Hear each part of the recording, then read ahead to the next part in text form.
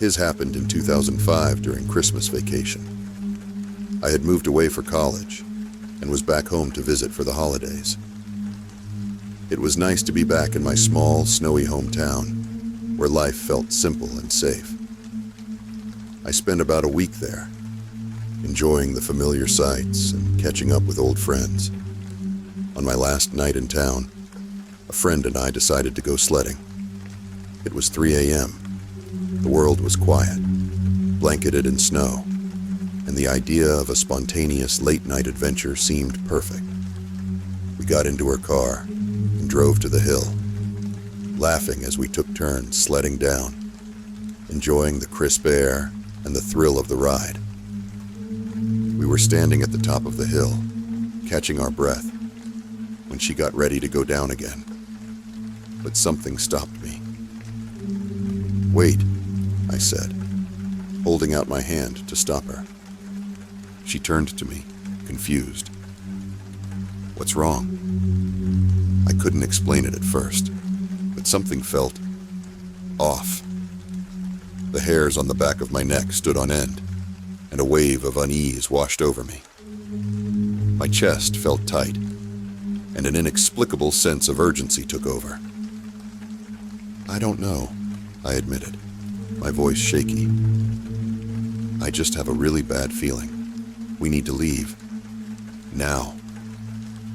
She hesitated, probably thinking I was being paranoid, but eventually nodded. We packed up quickly and drove back to my family's house.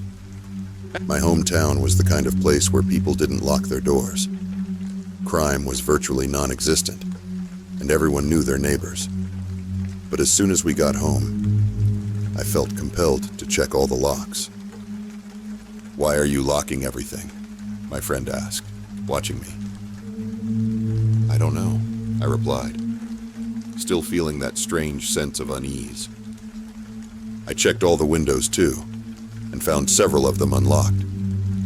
It was unusual, but again, I tried to brush it off. My flight back to campus was only 4 hours away, and I was running on adrenaline. I eventually managed to get about 2 hours of restless sleep. When I woke up, I decided to step outside to take in the fresh air and admire the snow one last time before leaving. The world was still and quiet, the kind of peaceful morning I'd always loved. I wandered to the front yard, where a huge pine tree stood, its branches heavy with snow. The way the snow settled on the tree had always looked beautiful to me, like something out of a postcard. But something caught my eye. What should have been a pristine blanket of fresh snow was disrupted by massive footprints. They were unmistakably man-sized and wound around the tree, leading toward the backyard. My heart skipped a beat as I stared at the tracks. At first, I tried to rationalize it. Maybe my uncle had been out there smoking earlier, or someone else had gone for a walk. I clung to those explanations, trying to convince myself there was nothing to worry about. But the unease from earlier came flooding back, stronger than ever. That same gut-wrenching feeling from the sledding hill came rushing back, the deep anxiety and paranoia churning in the pit of my stomach. My instincts screamed that something wasn't right. Then I saw him. To my left, a man emerged, running full speed toward me. No, sprinting. He was huge, close to 300 pounds and about 6 feet tall, but for his size, he moved incredibly fast. What struck me even harder than his speed was his focus. His eyes were locked on me, his face twisted with intent. He wasn't out for a morning jog. He was coming for me. I froze, paralyzed with fear as the realization hit me. He wasn't just running, he was chasing. I wanted to move, to get inside, but my legs felt like they were rooted to the ground. Panic clawed at me as I fought against the overwhelming fear. Finally, With every ounce of willpower I had, I snapped out of it, turned, and bolted to the front door. I slammed it shut behind me, locked it, and immediately ran to the window. My heart felt like it would explode as I peered outside, desperate to see if he was still there. He was. The man stood on my porch, his hand gripping the doorknob like he was testing it. His chest heaved as he caught his breath. Then he turned his head, and I followed his gaze. Parked in the street was a white van. A second man sat behind the wheel, staring directly at my house. He raised his hands in an impatient gesture, as if to say, "Well, what now?" The runner shook his head and threw his hands up in frustration, signaling something back to the man in the van. With one last glance at my door, he walked off, climbed into the van, and they drove away. I stayed frozen at the window, watching them disappear, my heart still pounding in my chest. It felt like my whole body was shaking. Once I could move again, I ran to wake up my friend. I dragged her out of bed, insisting she help me check every inch of the house. We started walking through the property, and that's when we saw it. The footprints. They weren't just by the front door or the tree. The prints led to every door and every window around the house. He had circled the entire place, testing the entrances. My friend tried to rationalize it, saying maybe I was overreacting. Maybe it wasn't as bad as it seemed. But I knew better. The look in his eyes as he sprinted toward me wasn't just unsettling. It was malicious. It told me everything I needed to know. If he had caught me, I wouldn't be here to tell this story.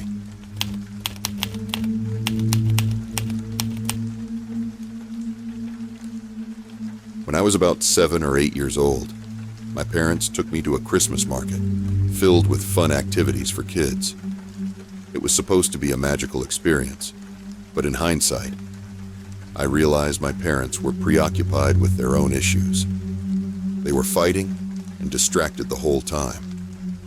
Because of that, they left me to explore on my own. The market operated on a voucher system. You'd buy vouchers at the entrance, and each one let you participate in an activity. The place was bustling with options: baking cookies, painting, wood burning for the older kids, you name it. I had about 10 vouchers, and each activity took roughly 15 minutes. While I was busy having the time of my life, my parents had settled into a cafe out of sight. Since the event was gated and only open to children and their guardians, I guess they thought it was safe enough to let me roam free. I didn't mind at the time. The freedom was thrilling, and the market was magical. My favorite activity was fabric painting. You got a piece of linen and could decorate it with Christmas patterns and designs. By the time this incident happened, I was already queuing for my third round in the fabric painting section. I didn't care. I loved it. The queue was pretty long, and I was about halfway to the front when I felt someone grab my arm. The touch startled me immediately. My parents had never grabbed me like that, and I didn't know anyone else at the market. Panic surged through me as I turned to see who it was. An older woman, maybe in her 40s or 50s, stood there holding my arm. She was well dressed, looking strict, but otherwise normal. I didn't recognize her, and her grip was firm, pulling me out of the queue against my will.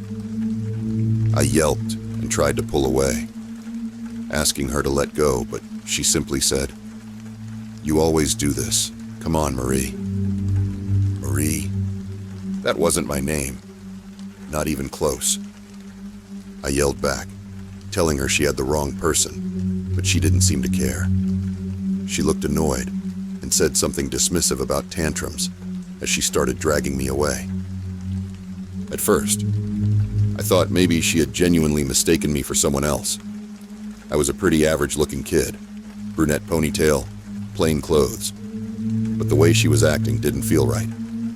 Then, it hit me.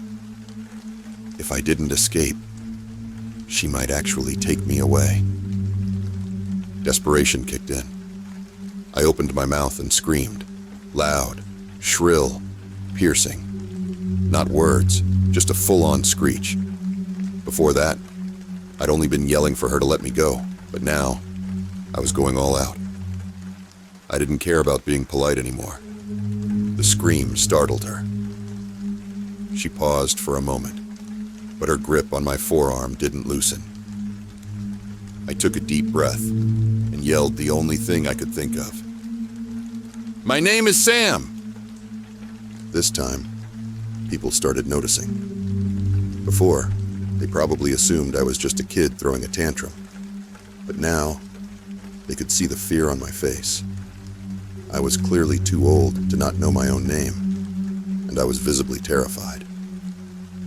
I made eye contact with the first person I saw, a man in his early 30s standing nearby. His face registered confusion and concern as I locked eyes with him and pleaded, "Help me!" To my relief, he started walking toward us. We were almost at the exit.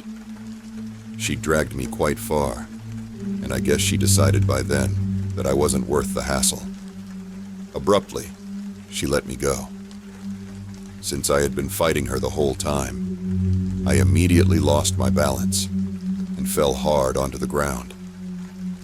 The fall must have drawn even more attention, because people began stepping forward to help me. I was sobbing uncontrollably, and as soon as I scrambled to my feet, I bolted in the opposite direction, running toward where I knew my parents were. I must have barreled into at least 10 people, adults and kids alike, as I sprinted, desperate to find them. The cafe was in the middle of the market, and I knew exactly where to go. Even through my tears, I could spot my mom easily. Her bright red hair, which was unmistakably fake but always stood out, was like a beacon. In my panic, I slammed into a table near her, knocking things over as I threw myself into her arms. My mom was shocked and understandably upset. She was torn between scolding me for causing such a scene and worrying about what could have happened to leave me in such a state. I was not the kind of kid to make disturbances. I was always polite and well-behaved, so she knew something had to be very wrong. I tried to explain, but I was too hysterical to get the words out. A crowd started to form as people became curious about the commotion. That's when I realized the man I had begged for help had followed me to the cafe. He was talking to my parents, recounting everything he'd seen. He kept asking them if my grandmother was there, or if I could have known the woman who grabbed me. My mom quickly clarified that my grandma wasn't even in the same country. There was no way I could have known her. She turned to me and asked if what he was saying was true. I nodded furiously through my tears as he described how the woman had been dragging me off, calling me Marie. With the man, his teenage son, and my parents, we went straight to security. I tried my best to describe the woman, but I was only a kid and still overwhelmed. My description was vague, but thankfully, the man who helped me gave a much more detailed account of her appearance. Unfortunately, by then, she was long gone. I think security called the police, but I don't remember ever speaking to any officers. As the adults discussed what had happened, I started to feel a little guilty. I noticed the man's son had been with him at the market, and I felt bad for interrupting their day. So I handed him the rest of my vouchers, telling him to use them and enjoy the activities I hadn't gotten to. He was incredibly kind, brushing off my apology and even giving me a pack of cookies he'd baked earlier to cheer me up. For some reason, that small gesture meant the world to me in that moment, more than anything the adults could have done. My parents, of course, took me home immediately. We never went back to that Christmas market again. The next day, there was a short article in the local newspaper about a kidnapping scare. My mom told me years later that it was all speculation, and that no one confirmed whether it was an actual abduction attempt or just a misunderstanding. But I knew the truth. It wasn't a misunderstanding. Not with the way she gripped me. Not with the bruises I had on my arm, where her fingers dug through my sweater. To this day, I still don't enjoy Christmas markets. The memories make me uneasy, and the sight of bustling crowds brings back that panicked feeling. I'll never forget how close I came to being taken, and how grateful I was to those who stepped in to help.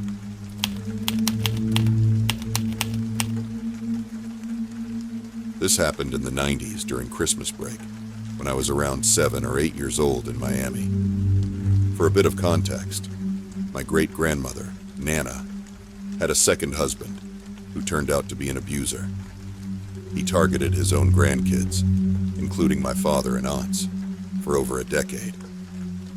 It wasn't until after his death, around the time I was born, that the truth came out.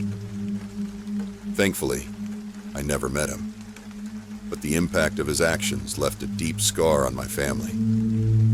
Because of this, my family became hyper-vigilant about my safety.